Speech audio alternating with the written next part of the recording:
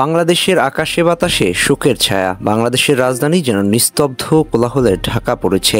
রাজধানীর উত্তরা মাইলস্টোন কলেজে ঘটে গেছে এক হৃদয় বিদারক ঘটনা। ছোট ছোট বাচ্চাদের কান্নার আহাজারি আর সাথে কিছু ফুলের নিঃশব্দে ঝরে যাওয়া, যেন মৃত্যুকূপে পরিণত হয়েছে মাইলস্টোন স্কুল অ্যান্ড কলেজ। আগুনের ফুলকিতে ঝলসে গেছে কত তাজা প্রাণ, আর সেই করুণ দৃশ্য সাধারণ মানুষের মতো কষ্ট দিয়েছে বাংলাদেশ জাতীয় দলের ফুটবলারদের।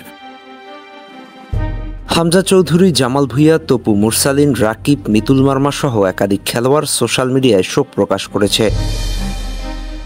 এমন ট্র্যাজেডির খবরে তাদের হৃদয় চূর্ণ বিচূর্ণ হয়েছে। দেশের এমন সংকটে পাশে থাকার আশ্বাস দিয়েছে। শোকাহত পরিবারের প্রতি সমবেদনা জ্ঞাপন করেছে। আহতদের দ্রুত চিকিৎসা নিশ্চিতের জোর দাবি জানিয়েছেন। দেশের সংকটে সবার মতো দেশের ফুটবলাররাও এগিয়ে এসেছে।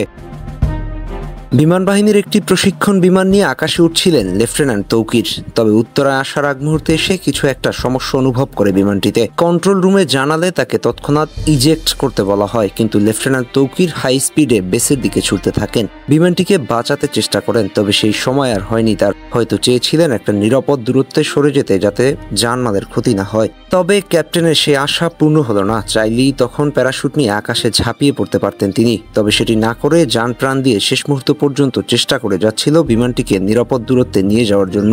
তবে সেটি আর হয়নি। মাইলস্টোনের ছোট ছোট বাচ্চাদের ক্লাসরুমে গিয়ে ক্র্যাশ করে বিমানটি। মুহূর্তের মধ্যে আগুনে ছেয়ে যায় ক্লাসরুম। তারপর থেকে বাচ্চাদের চিৎকার আর আহাজারিতে ভারী হয়ে ওঠে আকাশ বাতাস। কি করুণ দৃশ্য! কারো সন্তান, কারো ভাই, কারো বোন। তার থেকেও বড় কথা, যাদের প্রত্যেকের এখন খেলাধুলা করার বয়স, অথচ তারা কেউ মহান আল্লাহর ডাকে সাড়া দিয়েছেন, কেউ বা কাতরাচ্ছেন হাসপাতালের বেডে।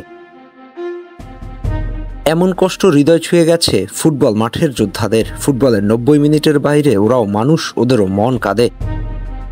সবকিছু ছাপিয়ে দেশের এমন সংকটকালীন মুহূর্তে সবাই সবার পাশে আছে, এটা দেখতেও বেশ ভালো লাগে। সেখানে বাদ যাননি ফুটবলাররাও।